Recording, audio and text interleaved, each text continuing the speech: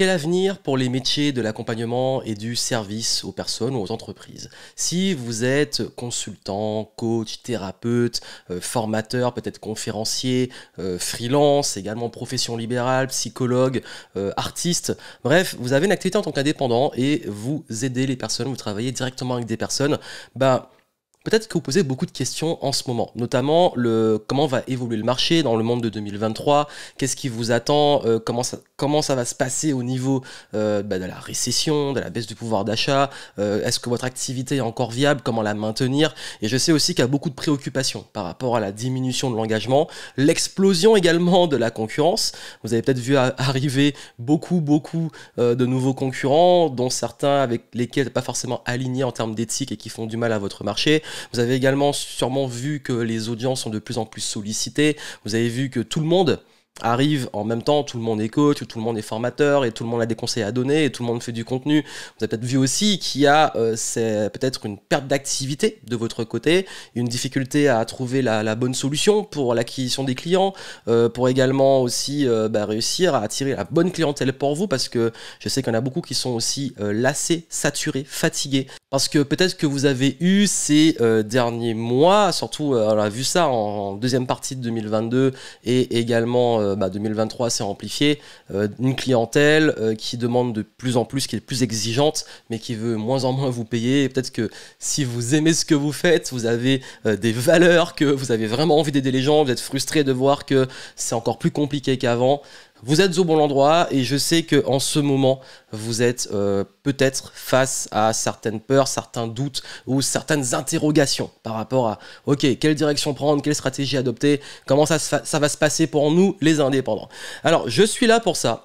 Si vous ne me connaissez pas, je suis Johan Yangting, entrepreneur depuis 2008. J'ai commencé à l'époque, j'étais consultant et freelance en marketing digital et en évoluant, j'ai commencé à développer des activités en ligne, à également donner des conférences, de la formation sur les domaines de la productivité, la stratégie business, l'optimisation du business. Et beaucoup de mes clients, depuis toutes ces années, sont souvent des indépendants et j'en ai dans différentes catégories. J'ai des thérapeutes, j'ai des coachs, j'ai également des artistes aussi, j'ai des psychologues, j'ai des professions libérales, j'ai des freelances, mais j'ai aussi des patrons de petites TPE, PME. Donc c'est vrai que depuis toutes ces années, j'ai vu un petit peu comment évoluent ces marchés et j'ai envie d'apporter aujourd'hui de la clarté pour vraiment vous aider à sortir du lot, savoir quelle stratégie adopter et comprendre vraiment ce qui se passe en ce moment. Et c'est important que vous le compreniez.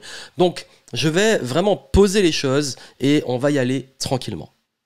Au-delà de vous donner vraiment mes perspectives et l'avenir, vous aurez vraiment du concret sur où mettre vos efforts et ce que vous pouvez faire. Parce que c'est bien beau de voir ce qui se passe, qu'on ne contrôle pas, mais c'est mieux d'avoir du concret sur ce qu'on doit faire. Mais pour savoir quoi faire, vous devez comprendre le game.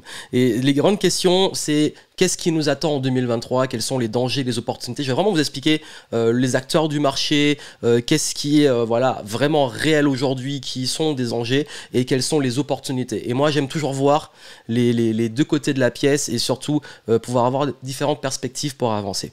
Et également, est-ce que votre business est toujours viable? Vous allez comprendre vraiment, votre business, est-ce que c'est OK? Qu'est-ce qu'il faut changer dedans? Comment gérer la concurrence qui arrive et comment répondre aussi à une certaine forme de concurrence qui décrédibilise certains de nos métiers. Vous savez, maintenant, on dit, peut-être que vous êtes là depuis longtemps, vous faites bien votre travail, mais vous avez peut-être une audience ou des prospects qui disent encore un ou encore une parce que justement c'est saturé. Et ça on le voit beaucoup dans des domaines du web. Et également, quelle stratégie adopter pour sortir du lot de cette concurrence, comment se projeter, comment pérenniser votre affaire. Voilà, ça c'est extrêmement important de tout poser à plat. Comme je vous ai dit, là depuis toutes ces années où je fais ce métier, j'en ai vu passer. Moi je suis là depuis 2008 et c'est vrai que je trouve que le marché a vachement évolué. Et j'en ai vu des concurrences arriver, j'en ai vu des tendances, je vous en parle. Aujourd'hui, comment est fait le marché? Je vais vous résumer les choses. Et là, quand je dis le marché, je parle vraiment des indépendants, des personnes qui sont peut-être dans la vente d'expertise, l'accompagnement à la personne et la prestation de service. Je vous explique. Donc, on a les acteurs, les forces de ces acteurs, leurs faiblesses et les opportunités pour eux. Vous allez voir comment je vais catégoriser les différents acteurs. On va faire simple. Il y a les anciens. Les anciens, ce sont ceux qui sont là depuis plusieurs années, ils ont du bagage, c'est bon, vous faites votre métier depuis longtemps. Aujourd'hui, bah, vous êtes bien installé, mais peut-être que l'activité est en baisse, ou alors, oui, c'est quoi cette concurrence qui arrive, ou alors je suis largué, aujourd'hui il y a trop d'infos, il y a trop de choses qui se font, je suis largué, je sais plus où me situer sur le marché, je sais plus quelle stratégie adopter, est-ce qu'il faut que j'aille sur Instagram, YouTube, etc. On est perdu, parce que les anciens, c'est tout ce qui arrive maintenant, c'est un peu nouveau.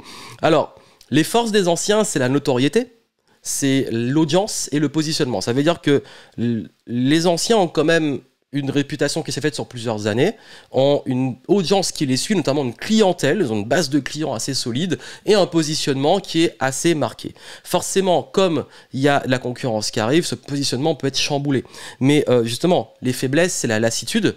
J'en vois beaucoup, vraiment, j'ai beaucoup de clients, quand ils viennent, ils sont essorés.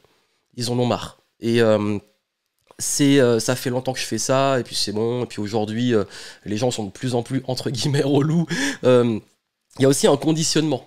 C'est le conditionnement à des façons de faire, à une façon de faire du marketing qui est peut-être obsolète.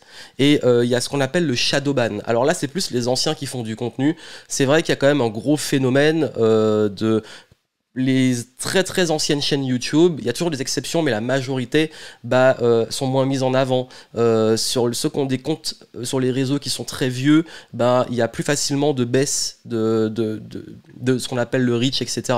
Ça, c'est normal, et c'est surtout parce que les réseaux sociaux, ils aiment bien, quand vous êtes nouveau, bien vous donner la dopamine d'être mis en avant, et puis au bout d'un moment, vous êtes de moins en moins mis dedans. Donc il faut trouver des façons aussi de pouvoir relancer la com.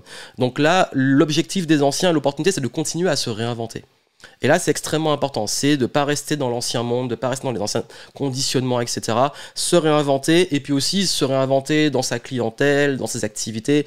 S'il faut pivoter, s'il faut changer d'activité, s'il faut changer de modèle, je vais en parler après, parce qu'il y a une forme de lassitude.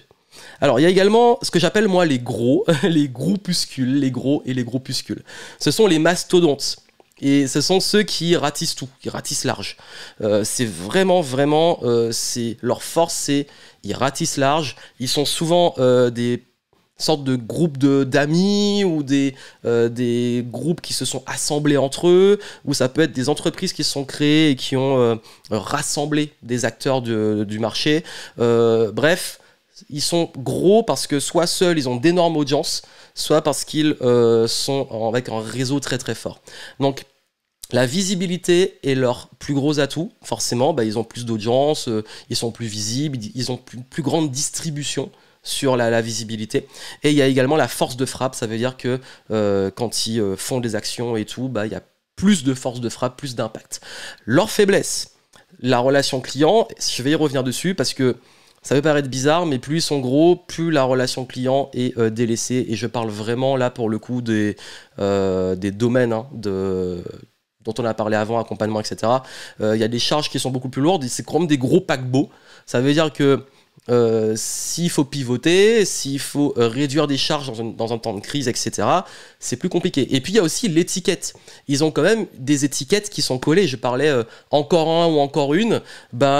C'est vrai qu'ils ont quand même ce conditionnement un peu comme les anciens, où l'étiquette de méfiance est beaucoup plus forte. C'est le désavantage des gros, parce que forcément, plus on est petit, plus un côté humain, et plus on nous fait confiance. C'est la psychologie humaine.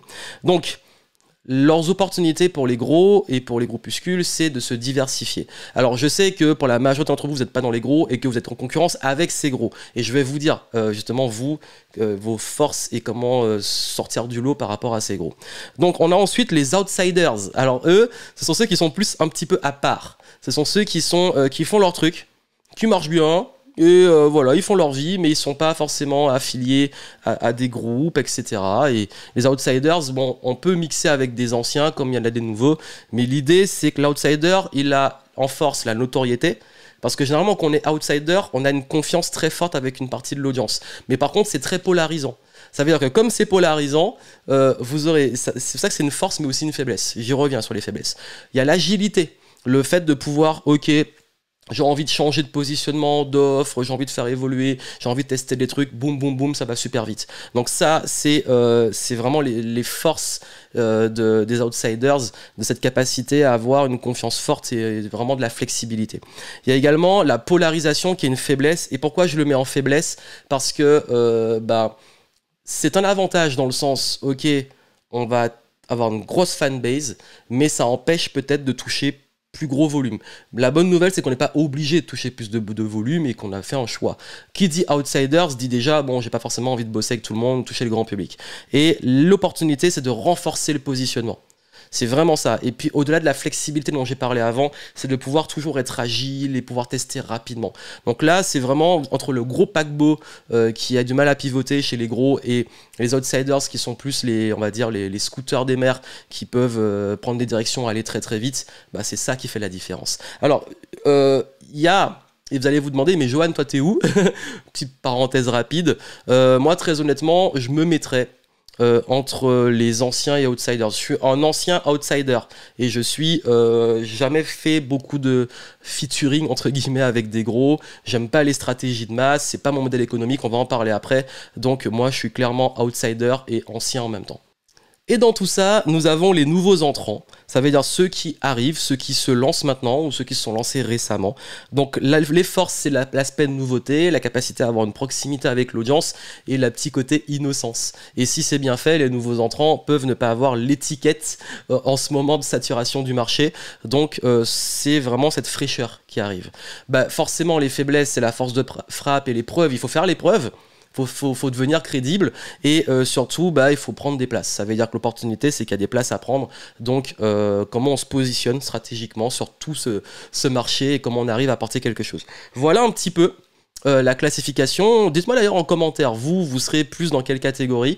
Ça m'intéresse de savoir. Comme je vous ai dit, moi c'est clairement ancien et en même temps outsider et c'est vrai que ça fait franchement maintenant largement plus d'une décennie que je suis là et cette position m'a toujours permis d'avoir la paix, d'être tranquille et de correspondre aussi à ma personnalité parce que moi j'arrive pas à ratisser large et j'aime pas être dépendant de partenaires. Donc respect des personnes avec qui je partage, de mes concurrents et tout, mais c'est vrai que c'est pas mon délire de rentrer de front en concurrence avec des gros. Donc en termes de thématiques fortes, forcément, quelles sont les thématiques qui reviennent le plus et qui sont toujours, pour moi, toujours les thématiques qui seront toujours rentables? On a le développement personnel. Alors, c'est extrêmement large, c'est pour ça que je l'ai mis. Tout ce qui touche à la croissance personnelle, etc., l'évolution. Il y a l'indépendance financière. Alors là, c'est aussi un gros morceau. Tout ce qui est business, immobilier, finance, crypto. Bref, tout ce qui est lié à l'argent. Besoin d'argent, ça vous avez vu que c'est oversaturé. On a également la spiritualité. Alors c'est vrai que la spiritualité en plus là ces 3 dernières années ça a vraiment explosé. Forcément, hein, contexte de crise, etc. Les gens recherchent du sens, ils recherchent aussi certaines choses et ils vont le trouver dans la spiritualité. Il y a également tout ce qui est santé, sport, bien-être. Donc vraiment la santé et tout, ça c'est un grand classique. C'est aussi quand on voit les besoins principaux de l'être humain, l'accomplissement de soi dans le personnel, c'est une chose, mais aussi le besoin de sécurité, de liberté par rapport à l'argent. La spiritualité, c'est le besoin de sens, le besoin aussi également de se sentir mieux, et puis tout ce qui est le corps, le physique, la santé. Et on a bien entendu la performance et la productivité. Ce sont vraiment les grands 5 les 5 domaines sur lesquels aujourd'hui, on va dire qu'il y a le plus gros marché, et qui sont, si on les prend dans l'ensemble, sont gros. Et vous voyez par rapport à ce que j'ai dit avant sur les différents acteurs, ceux qui sont les gros et qui sont les groupuscules, vous voyez qu'ils prennent généralement des gros morceaux dans ça. Ça veut dire qu'ils vont prendre par exemple l'indépendance financière, ils vont parler de business, d'immobilier, de finance, de crypto, etc. Alors qu'on a des petits outsiders qui vont être juste par exemple très spécialisés sur l'immobilier ou très spécialisés sur la crypto ou très spécialisés sur l'entrepreneuriat. Et dans l'entrepreneuriat, il y en a qui vont être encore plus spécialisés que sur les coachs, etc. Donc les thématiques demandent des sous-thématiques qui vont aller vers des niches. Donc ça c'est vraiment les domaines qu'on a le plus, et c'est pour moi les domaines qui, quoi qu'il arrive, l'humain en aura toujours besoin. L'humain aura besoin de son temps personnel, l'humain aura besoin d'argent, l'humain aura besoin de spiritualité et de sens, l'humain a besoin de rester en bonne santé, et l'humain cherche à être productif pour pouvoir avancer. Donc en termes de modèle économique, et là c'est vraiment intéressant, ça veut dire que dans tous ces métiers, il y a plusieurs façons de gagner de l'argent. C'est l'accompagnement, Ça veut dire on accompagne des personnes d'un point A à un point B. On a le service et la prestation. Donc là, c'est plus les freelances, les consultants, etc. Ça peut être de l'audit, ça peut être le done for you, ça peut être le done with you, ça peut être carrément des contrats one shot ou des contrats long terme. Bref. Services et prestations en B2C ou B2B. Il y a également tout ce qui est produit en ligne, donc les formations, les produits, bref, ça peut être aussi des frameworks, peu importe, c'est de vendre des choses qui sont numériques. On a également les abonnements, donc pour ceux qui ont des communautés, le fait qu'ils aient des personnes qui payent au mois ou à l'année l'accès à des contenus exclusifs ou alors à des événements, etc. Donc le modèle par abonnement. Et on a le modèle d'événements, bon, par exemple tout ce qui est présentiel ou virtuel, les séminaires, les immersions, les masterminds, on a également les conférences, bref. Ça, ce sont vraiment les 5 principales façons de gagner de l'argent. Donc vous, la grande question, et pourquoi j'en parle, c'est dans laquelle vous vous positionnez. Et c'est aussi, j'ai posé ça là pour que vous ayez des perspectives pour la suite en vous disant, mon modèle économique, moi, qu'est-ce qui me correspond le plus ? Et si ça ne marche plus, vers quoi peut-être que je veux aller? Peut-être qu'aujourd'hui, vous faites de l'accompagnement, mais vous dites, je vends trop mon temps et je suis limité, j'ai envie de faire des produits en ligne, ou avoir un petit abonnement qui donne des revenus récurrents. Ou peut-être que vous faites des événements et vous vous dites, ok, bah, peut-être qu'aujourd'hui, j'ai envie de passer sur des événements virtuels en complément. Peut-être que vous vendez des produits en ligne et vous dites, ok, bah, j'ai envie de peut-être, pour avoir des revenus plus lisses et plus répétitif, je crée une formule par abonnement. Donc vous avez vu, modèle économique égal, il faut en choisir. C'est compliqué de tout faire en même temps, mais l'idée c'est qu'est-ce qui vous correspond le plus aussi. Je sais que moi, par exemple, clairement, je suis sur les produits en ligne et la partie accompagnement en consulting. Et je fais de temps en temps des événements. Alors, j'avais à l'époque un service par abonnement, j'en ai eu pendant 5 ans, ça a très bien marché, mais finalement, en ce moment, j'en fais plus, peut-être que je referai après, je sais pas, parce que c'est vrai que ça demandait tellement de gestion et tellement de... En fait, le bénéfice versus ce que ça ramenait, enfin, bénéfice, ce que ça ramenait versus les contraintes, au bout d'un moment, ça me convenait plus, mais peut-être pour la suite, je reste ouvert. Comment se positionner et sortir du lot et quelle tendance à venir? Alors, c'est là que ça devient intéressant. Il faut bien comprendre comment ce marché évolue. Il faut bien comprendre comment on peut aujourd'hui se positionner et se dire, bon, j'ai compris tout ça, comment on gagne de l'argent, qui sont les acteurs, moi aujourd'hui je fais quoi, comment je fais. Alors je vais revenir sur un historique des 15 dernières années. À la fin des années 2000, donc moi j'ai commencé vraiment à arriver dans ça en 2008, j'étais encore étudiant, on avait l'époque des blogueurs, les e-books, le début de l'affiliation, donc c'était vraiment le début où il y avait à l'époque les sites comme... je sais plus, ClickBank, je crois c'était ça, et un TPE, il y avait plein de trucs comme ça en fait qui arrivaient, qui débarquaient, et tout le monde vendait ses petits e-books et tout.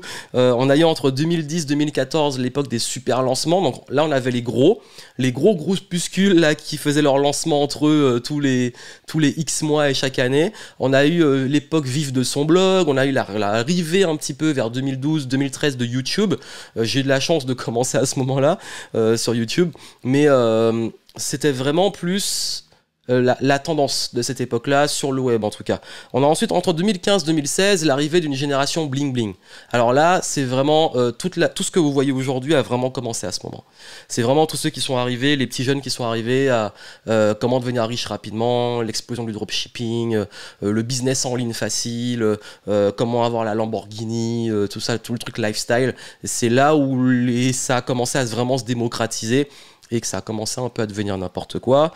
Il y a eu la mode du high ticket entre 2017-2018. Au bout d'un moment, ils ont tellement essoré le truc de la formation qu'ils sont arrivés à se dire, vu qu'on n'arrive plus à vendre des formations, alors à un moment en plus, à ce moment-là, il y avait vraiment la mode des grosses formations, les trucs sur 1 an, etc. Et les gens sont arrivés en mode, moi, je vais faire du high ticket, je vais vendre du consulting à 10 000 euros à des gens qui n'ont pas les moyens de le payer. Et du coup, je caricature, mais c'est vrai, hein, c'était vraiment ça. C'est que comme on n'arrive plus à faire du volume en formation, on va vendre des trucs très très chers pour compenser.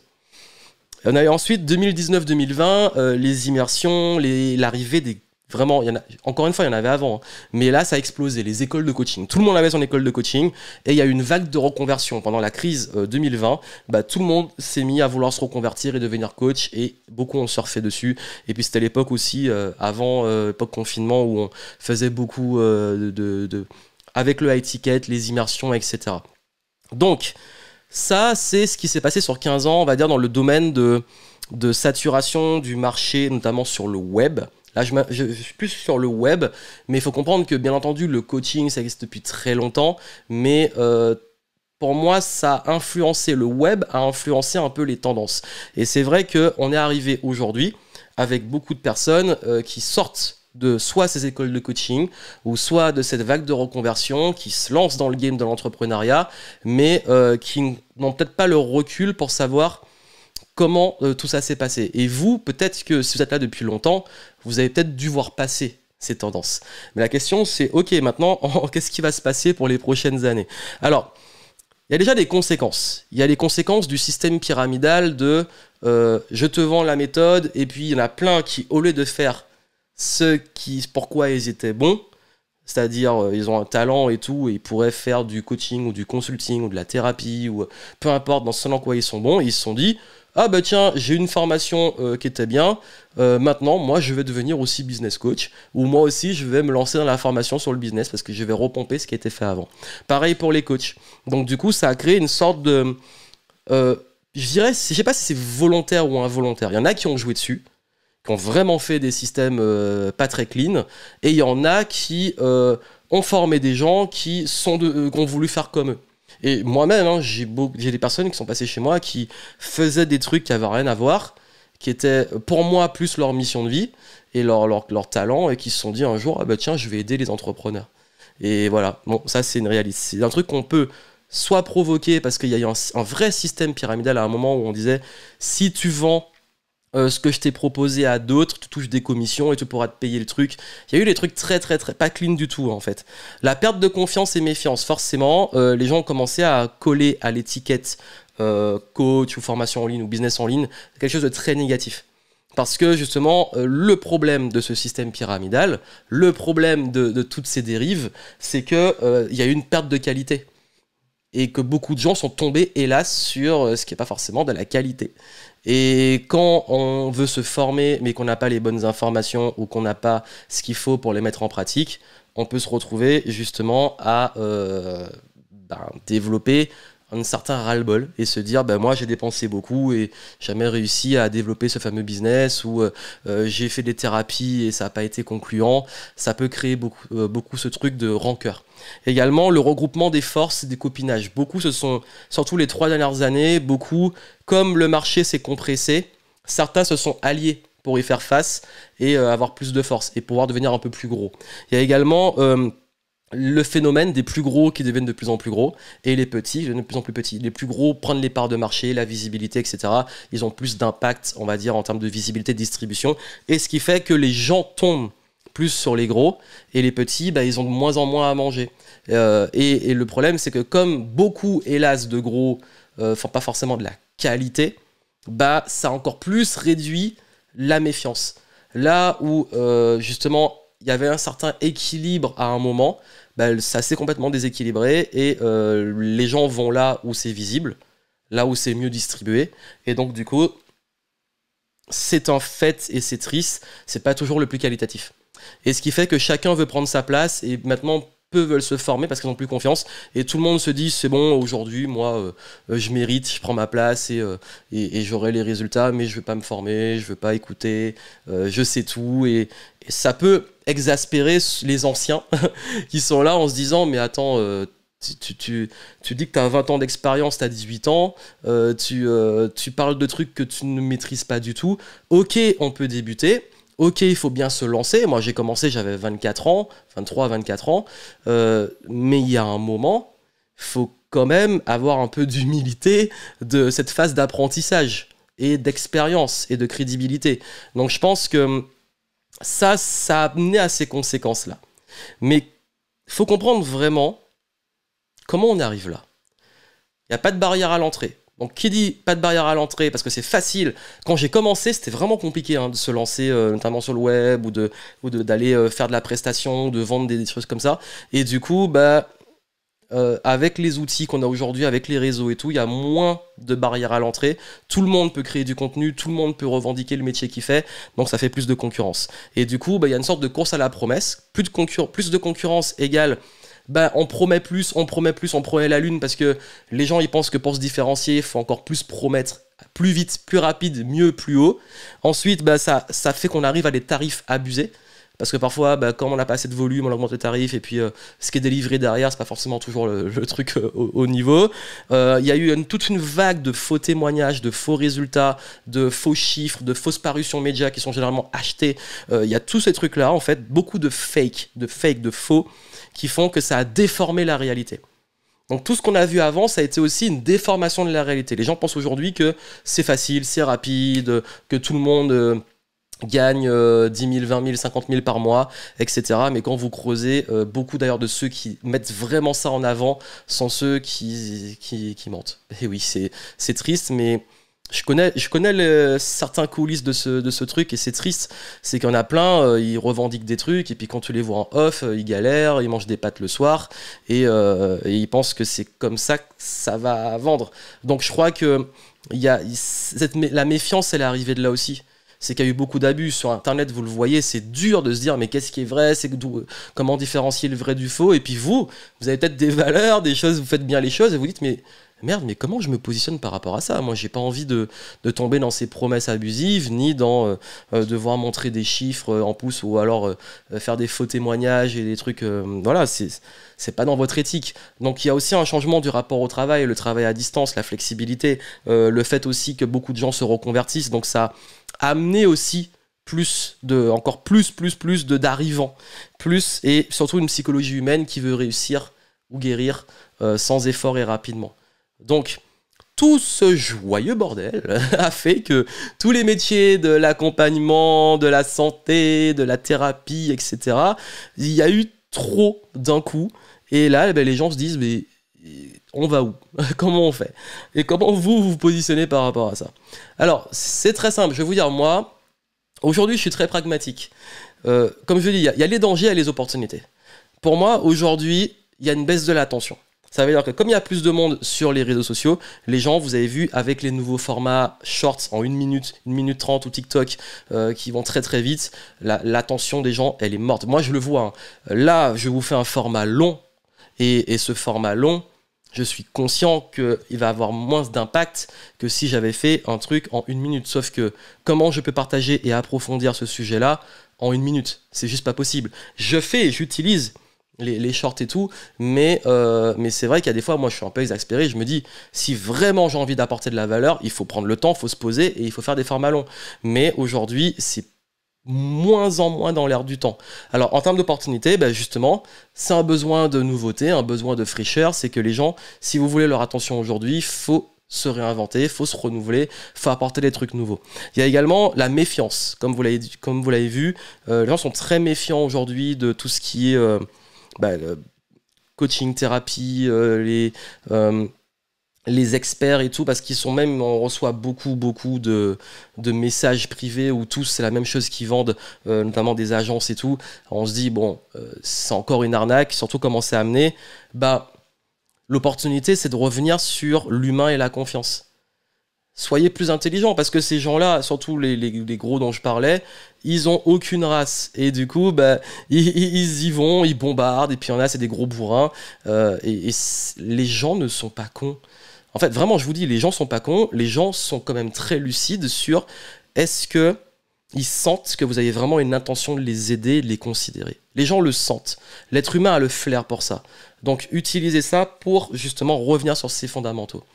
Le marché qui est bouché, il y a trop de concurrence, il y a peut-être des nouveaux problèmes, des nouveaux besoins ou une lassitude, donc des choses auxquelles vous pouvez répondre mieux, différemment, plus spécifiquement. Donc c'est à vous de voir comment vous pouvez chercher justement encore plus creuser les opportunités par rapport à ça. Également la récession, le baisse du pouvoir d'achat. Vous dites ok, aujourd'hui là, par rapport au marché en 2023, est-ce que les gens vont encore continuer à payer ce que je propose? L'opportunité c'est d'augmenter la création de valeur. L'opportunité c'est pas de vous demander, les gens en fait, pour moi, c'est un truc de base de la vente, c'est quand quelqu'un dit qu'il n'a pas d'argent, il y a vraiment des gens qui n'ont pas d'argent, ok, mais les gens trouvent toujours l'argent pour ce qu'ils veulent.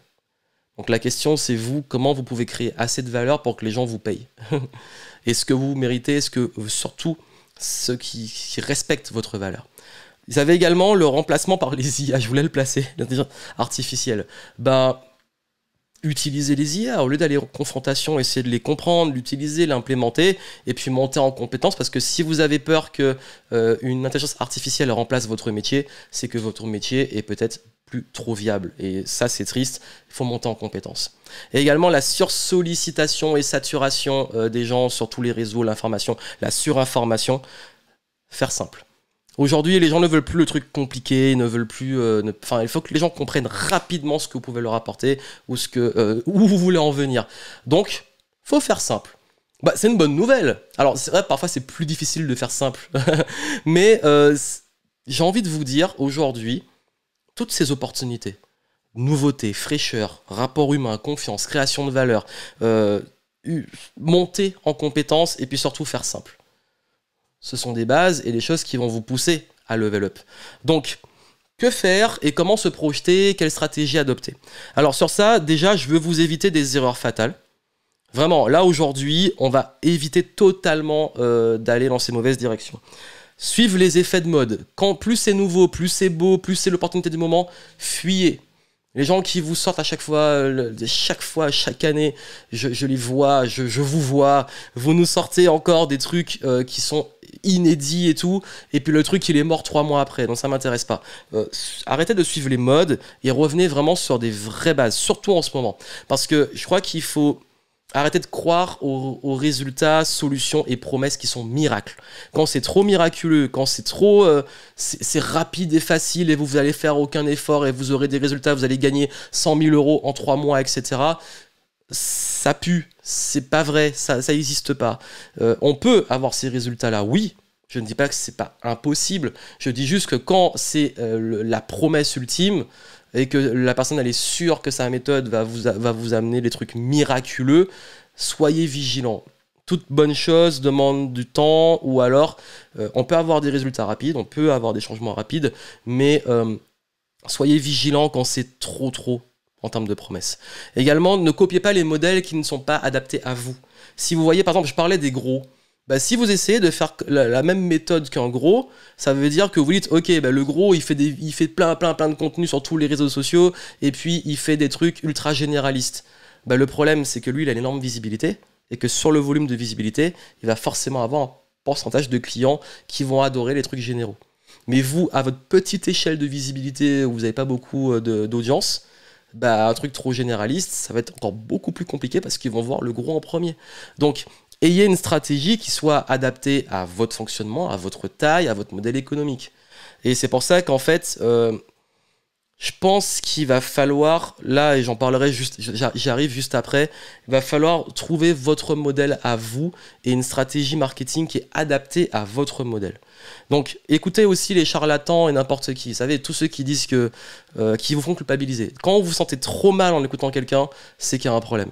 Surtout si vous fait vous sentir un petit peu nul, en vous disant, mais attends, mais je suis pas là où je devrais être, oh là là. Oui, on continue d'apprendre et d'évoluer. Non à chercher des problèmes et vous vendre la solution. C'est-à-dire que je crois qu'il faut toujours revenir sur... Pour moi, les meilleurs, ce sont les personnes qui se basent toujours sur des fondamentaux et qui s'adaptent à vous. S'adapter à vous. Quand c'est culpabilisant, c'est que on vous fait penser que vous avez un problème. Non. Alors, c'est plus subtil. On peut avoir un problème qu'on veut résoudre, mais je parle d'un problème personnel. Genre, vous y prenez mal et tout, c'est pas comme ça.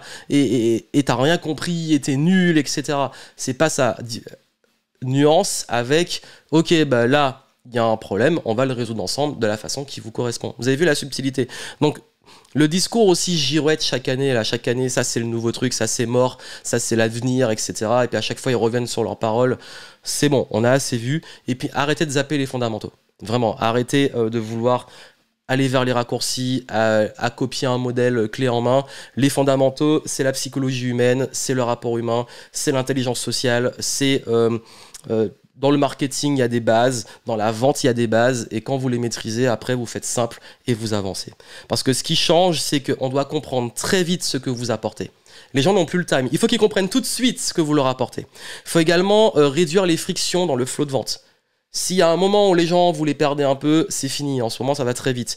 Et également, vous devez gagner rapidement la confiance des gens. Vous devez être crédible. Vous devez également vous élever de la masse en termes de crédibilité. Et ça veut dire que là, faut être dans l'excellence. Il n'y a pas le choix. Il y a trop d'acteurs. Il faut vraiment sortir du lot. Il faut également actionner les bons leviers. Je vais vous en parler. Ces leviers-là, pour faire simple, vous avez besoin d'une offre et un positionnement stratégique. Vous avez vu, j'ai dit en modèle économique que les offres, ça peut être de l'accompagnement, etc. Ça, c'est un format et on s'en fout. Une offre, c'est qu'est-ce que de la valeur pour que les gens vous payent. Et vous devez avoir cette offre-là, cette offre précise, cette proposition de valeur qui fait que les gens se disent « Ah ouais, c'est avec cette personne-là que je veux bosser ». Il vous faut un modèle économique. Il faut choisir qu'est-ce que vous voulez faire entre produits en ligne, accompagnement, prestations, etc. Comment vous gagnez l'argent. Il vous faut un message que les gens comprennent tout de suite, comme j'ai dit, qu'est-ce que vous leur apportez. Il vous faut un processus de vente. Il vous faut un système d'acquisition. Comment je trouve des clients. Et surtout, être focus dessus et qu'ils soient pertinents avec où sont vos forces. Mais également, fidéliser vos clients. Parce que souvent, on veut de nouveaux clients, mais on oublie que ceux qui sont déjà là et qui sont contents ont plus d'intérêt à continuer avec vous. Également, utilisez vos forces.